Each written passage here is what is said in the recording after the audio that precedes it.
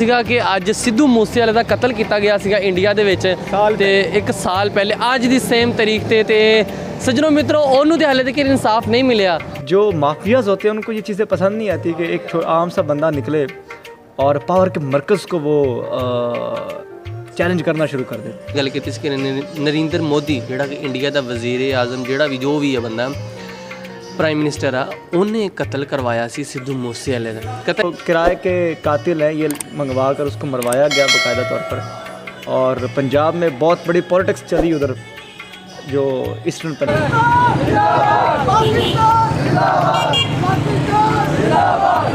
हालात वेख लो की चल रहे अजकल। इमरान खान इंसाफ मिल रहा नहीं मिल रहा और पिछे अरशद शरीफ एक सहाफ़ी कतल हुए सी उन्होंने इंसाफ मिले नहीं मिले कि अस्सलाम वालेकुम मेरे सज्जनों तो मित्रों की हाल तुहाडा मैं तुहाडा अपना यार बेली सज्जन मौजम जट तो सज्जनों दिन चढ़ गया वा तो दिन चढ़न दे नाल अज मौसम बहुत सोहना वा। अज बदल ते हवा ठंडी ठंडी चल रही आ। अज तो अल्लाह ताला ने रहमतां कीतियां होईयां वा। सज्जनों मित्रों अज दे दिन वेखो अज दे दिन आपां की करदे हां। कल तो तुहानूं पता कि कल आपां राणा सनाउल्लाह दा जलसा रैलियां ये वो सारा कुछ सीगा ते अज आपां कित्थे जाने की करदे हां तुसीं मेरे नाल रहना मैं तुहाडे नाल ते आजो सज्जनों मित्रों अज दा दिन आपां कित्थे गुजारदे हां ते आओ फिर चलिए आपां।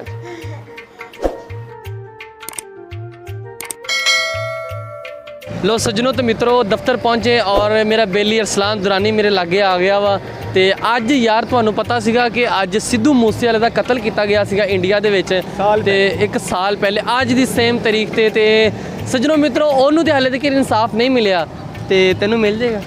यार पाकिस्तान में तो वैसे ही इंसाफ की जो है वो धज्जियाँ उड़ाई जा रही हैं तो इंडिया में शायद मिल जाए लेकिन पाकिस्तान में इंसाफ 1 साल दे विच कुछ नहीं मिला। कुछ भी नहीं होता भाई कुछ भी नहीं होता ये सिर्फ बातें हैं।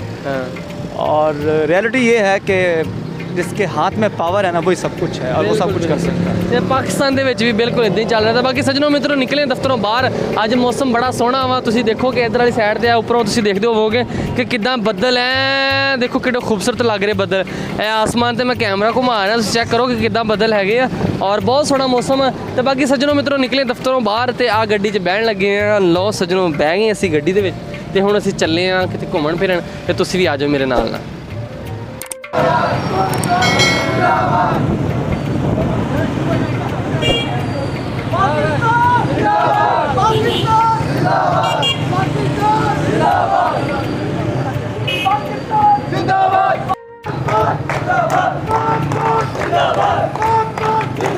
वो DGISI है ये मेरा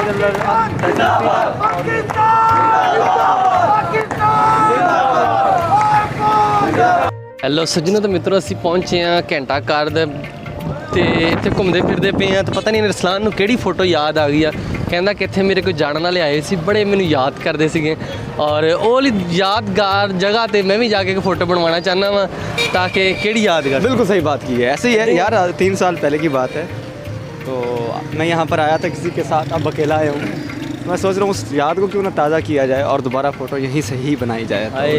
किन्नियां सोहणियां सोहणियां चीज़ां लग रही हैं ब्याह वास्ते शादियां साडी पता नहीं शादी किदों होनी आ किदों किदों किदों किदों इदां दा समान असीं सजावांगे किदों असीं इदां दी सोहणियां सोहणियां चीज़ां लवांगे और असीं सारे अपने शौक पूरे करांगे। ते आ जाओ सज्जनों मित्रों घूमदे फिरदे पे हैं। लो जी अगे पीपल पार्टी ते नून लीग दा झंडा वेख लो झंडा है झंडे भी इत्थे लगे हुए आ। तो बाकी सज्जनों मित्रों असीं इत्थे आए हैं इत्थे दी हुण फोटो बनानी है किहड़ी फोटो बनानी है पता नहीं किहड़ी बनानी है फोटो बना के तो फिर असीं जाने अगे। लो सज्जनों तो मित्रों गल इदां वा कि अज मैं सारा दिन बाहर रहा और लोगों ने थोड़े बहुत लोगों ने गलबात की कि यार अज दे दिन सिद्धू मूसेवाले नूं कतल कर दिता सीगा और बेजा कतल किया गया सीगा। यार बड़े दुख वाली गल है उन्होंने कतल किया गया सी। कतल तो हर रोज़ होंदे पे हर रोज़ एक नवे तो नवा बंदा कतल हो जाता वा कोई पुछण वाला नहीं कोई दसण वाला नहीं लेकिन वो सीगा कि थोड़ा जिहा मतलब सिंगर सीगा लोगों के दिलों च वस रहा सीगा। सुनिया जाता कि नरेंद्र मोदी ने कुछ अगे लोगों ने भी गल की कि नरेंद्र मोदी जिहड़ा कि इंडिया का वजीर आजम जिहड़ा भी जो भी है बंदा प्राइम मिनिस्टर आ उन्हें कतल करवाया सी सिद्धू मूसेवाले का। कतल इस वास्ते उन्हें करवाया सी क्योंकि तुहानूं पता कि अजकल जिहड़े नौजवान जिहड़ी आ वो सिर्फ नौजवानों ही लाइक करदी सी सिद्धू मूसेवाले नूं बहुत ज़्यादा लाइक करदी सी जिहदी वजह तो उन्होंने कि मतलब आवाम के दिलों च वस रहा सी और जिहड़ा नरेंद्र मोदी सी उन्होंने लग रहा सी अगर ये आवाम के दिलों च वड़ गया आवाम के दिलों च वड़ गया उसने शुरू की थी जी کسانوں کی جو تحریک ہو رہی تھی نا، جو کسان کر رہے تھے، احتجاج کر رہے تھے، پورے انڈیا میں احتجاج کر رہے تھے، اس تحریک کا وہ حصہ بنا اور جو اپنا سیاسی کریئر اس کو اس نے آغاز کیا. بڑے بہترین طریقے سے وہ آ رہا تھا، ابھر کر سامنے آ رہا تھا. لیکن ہوا یہ ناظرین سامعین کہ جو مافیاز ہوتے ہیں ان کو یہ چیزیں پسند نہیں آتی کہ ایک عام سا بندہ نکلے اور پاور کے مرکز کو وہ چیلنج کرنا شروع کر دے. تو یہی سدھو موسے والے کے کیس میں بھی ہوا. وہاں پر بھی یہی ہوا کہ اس نے پاور کے مرکز کو ہلا کے رکھ دیا. بالکل خالصتان کی اس نے بات کی. اس نے کہا کہ سکھوں کے حقوق ہیں وہ مسخ نہیں کر سکتی مودی گورنمنٹ. پھر اس کے ساتھ جو ہوا وہ دنیا جہان نے دیکھا. اور آج تک سدھو موسے والا جو ہے وہ انصاف کا طلبگار ہے، لیکن حکومتیں اس کو انصاف دینے میں ناکام رہے. اور جو مارنے والے وہ کیسے انصاف دے سکتے ہیں بھلا؟ یہ جو کرائے کے قاتل ہیں یہ منگوا کر اس کو مروایا گیا باقاعدہ طور پر. اور پنجاب میں بہت بڑی پولیٹکس چلی ادھر جو ایسٹرن پنجاب ہے وہاں پر. تو یہ ظلم ہوا اور اس کا حساب دینا چاہیے. ਬਿਲਕੁਲ ਤੇ ਲੋ ਸੱਜਣੋ ਮਿੱਤਰੋ ਗੱਲ ਇਦਾਂ ਕਿ ਤੁਸੀਂ ਸੁਣਿਆ ਕਿ ਇਨਸਾਫ ਤੇ ਕਿੱਥੇ ਸਾਡੇ ਮੁਲਕ 'ਚ ਇੰਡੀਆ ਦੇ ਵਿੱਚ ਜਾਂ ਪਾਕਿਸਤਾਨ ਦੇ ਵਿੱਚ ਨਾ ਮੁਮਕਿਨ ਹੈ. ਬਿਲਕੁਲ ਵੀ ਇਨਸਾਫ ਦੇ ਤਾਂ ਕੋਈ ਨਾਮੋ ਨਿਸ਼ਾਨ ਹੀ ਨਹੀਂ ਹੈ. ਔਰ ਤੁਸੀਂ ਪਾਕਿਸਤਾਨ ਦੇ ਵਿੱਚ ਹਾਲਾਤ ਵੇਖ ਲਓ ਕੀ ਚੱਲ ਰਿਹਾ ਅੱਜ ਕੱਲ੍ਹ. ਇਮਰਾਨ ਖਾਨ ਨੂੰ ਇਨਸਾਫ ਮਿਲ ਰਿਹਾ ਨਹੀਂ ਮਿਲ ਰਿਹਾ. ਔਰ ਪਿੱਛੇ ਅਰਸ਼ਦ ਸ਼ਰੀਫ ਇੱਕ ਸਹਾਫੀ ਕਤਲ ਹੋਏ ਸੀ, ਉਹਨਾਂ ਨੂੰ ਇਨਸਾਫ ਮਿਲਿਆ ਨਹੀਂ ਮਿਲਿਆ.